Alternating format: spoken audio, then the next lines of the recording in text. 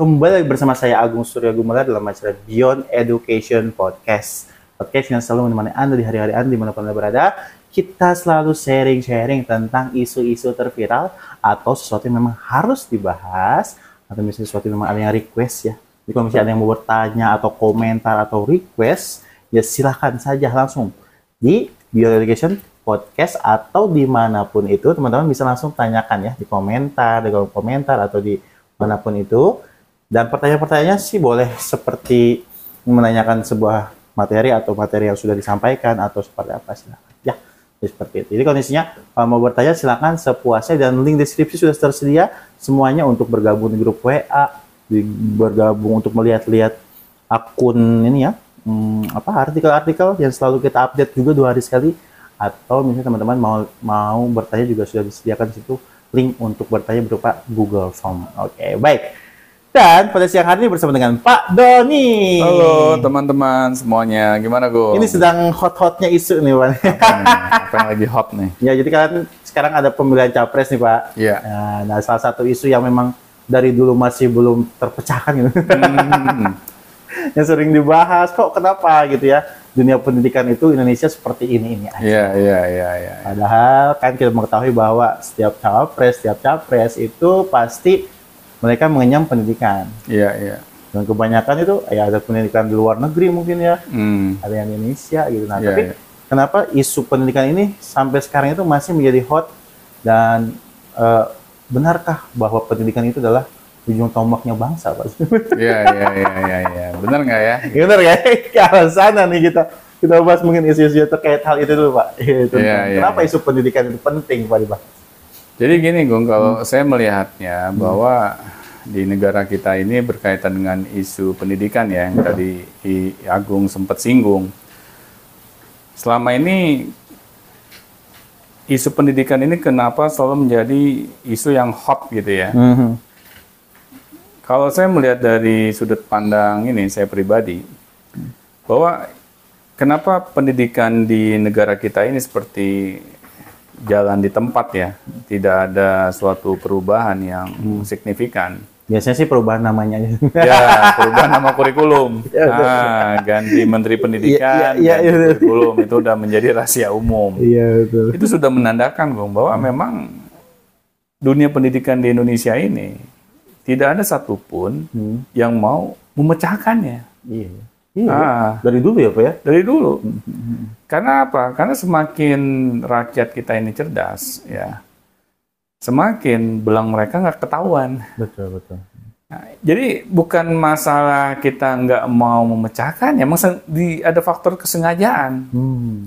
Jadi nggak heran gitu ya, rakyat ya mohon maaf ya kayak dibiarkan bodoh gitu ya.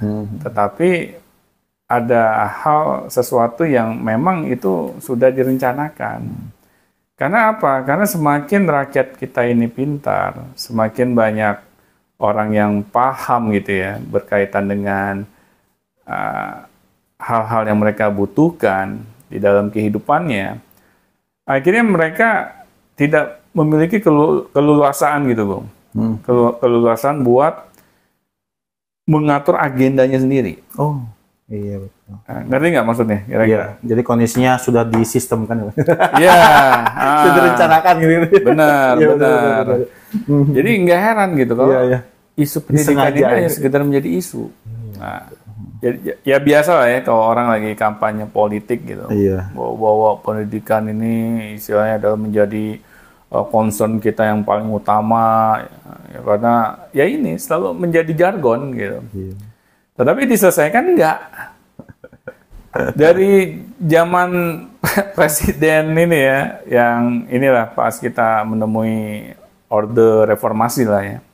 Ini kan isu pendidikan ini selalu menjadi bahan jualan gitu. Betul. Untuk para konsisten ini ya, orang-orang yang ingin nyalon gitu. Ya, tetapi kan ya begitu, Bung. Kalau saya sih melihat ini bukan suatu hal yang aneh lagi, gitu. Karena kita sudah seperti biasanya dibohongi. Iya benar. Jadi seperti misalnya termasuk terkait tentang pemerataan pendidikan, terus kualitas pengajar itu kayak dari dulu Begitu-gitu aja gitu Pak. Benar. Nggak ada naik-naiknya gitu. Benar. Ini anggaran pendidikan sudah sangat besar ya. Iya benar. Setiap ganti pemerintahan, Iya. anggaran pendidikan itu selalu angkanya dinaikkan. Tetapi berbanding lurus nggak dengan kualitas pendidikan yang ada? Nah, itu sih Ini kan pertanyaannya. Iya benar. Seharusnya dengan anggaran yang sangat besar, otomatis dong kualitas pendidikan akan ikut meningkat. Seharusnya seperti itu. Karena kan beberapa mungkin ada infrastruktur yang meningkat, terus sarana anak-anak terpenuhi gitu ya. Iya. Kayak gitu. Dan merata juga sih. Benar. Tapi ya, tapi kan itu hanya sekedar cerita doang. Cerita aja. Karena apa? Karena yang saya dengar ini baru ini ya, gosip-gosip di luar sana gitu. Betul. Ini ada masalah di internal ya kita ngomong soal ini ya, pendidikan pasti kan di Kementerian Pendidikan. Betul. Kita tidak tahu nih uang yang begitu besar itu dialokasikan buat apa saja. Betul. Karena nggak ada keterbukaan. Kalau yang saya melihatnya seperti itu ya. Atau ada keterbukaan tapi sabetannya banyak gitu. Sabetannya. Jadi seharusnya ini buat ini, tetapi ya banyak hal yang disunat, akhirnya sudah. Jadi di atas kertas dengan kenyataan di lapangan berbeda. Kalau menurut saya sih, Gung, ini masyarakat, ya memang kita nggak bisa bergantung dengan pemerintah. Iya, menunggu pemerintah berubah itu ya gimana gitu ya. Sulit. Makanya banyak kan muncul sekolah alternatif. Benar. Sekolah swasta masing-masing gitu ya. Iya, banyak banget genre sekolah sekarang. Sekolah iya, tadi itu satu genre macam-macam itu sekolah itu. Sekarang kita sebagai masyarakat harus cerdas dalam memilih sekolah untuk anak-anak kita. Kita jangan kesenangannya gitu ya. Kalau milih sekolah tuh pengen gratis aja, Bung. Iya. Kayaknya yang gratis itu kayak sebagai suatu apa ya istilahnya tuh pilihan utama gitu. Yang memukau gitu. Karena kesannya pendidikan itu harus gratis. Pendidikan itu nggak boleh berbayar gitu. Padahal yang kita tahu ya, yang namanya sesuatu hal yang gratis sudah bisa dipastikan ya. Betul. Bahwa kualitasnya juga patut dipertanyakan. Apakah kita yakin gitu dengan yang gratis ini bisa meningkatkan kualitas pendidikan anak-anak kita? Ya sudah menjadi rahasia umum kalau anak-anak ya yang di sekolahnya gratis. Terperhatikan nggak sih? Iya, satu guru memperhatikan berapa puluh. Benar. Dan itu pun tidak efektif ya. Mau ngerti mau enggak lanjut. Iya. Kita kan pengennya gratis, tetapi kita menuntut bahwa kualitas pendidikannya harus yang terbaik. Iya, balik lagi kan yang awal itu. Benar. Padahal itu akan berbanding lurus gitu. Betul. Yang saya juga mengalami ya, di sekolah yang genrenya negeri, ya, yang istilahnya itu uang sekolahnya sangat murah lah. Tetapi saya melihat langsung gitu, kualitasnya bagaimana gitu. Akhirnya saya mengambil kesimpulan gitu, bahwa sekolah yang disebut gratis itu memang berbanding lurus dengan kualitasnya, Bung. Di sini orang tua jangan istilahnya alergi gitu. Sekolah yang berbayar. Iya, betul.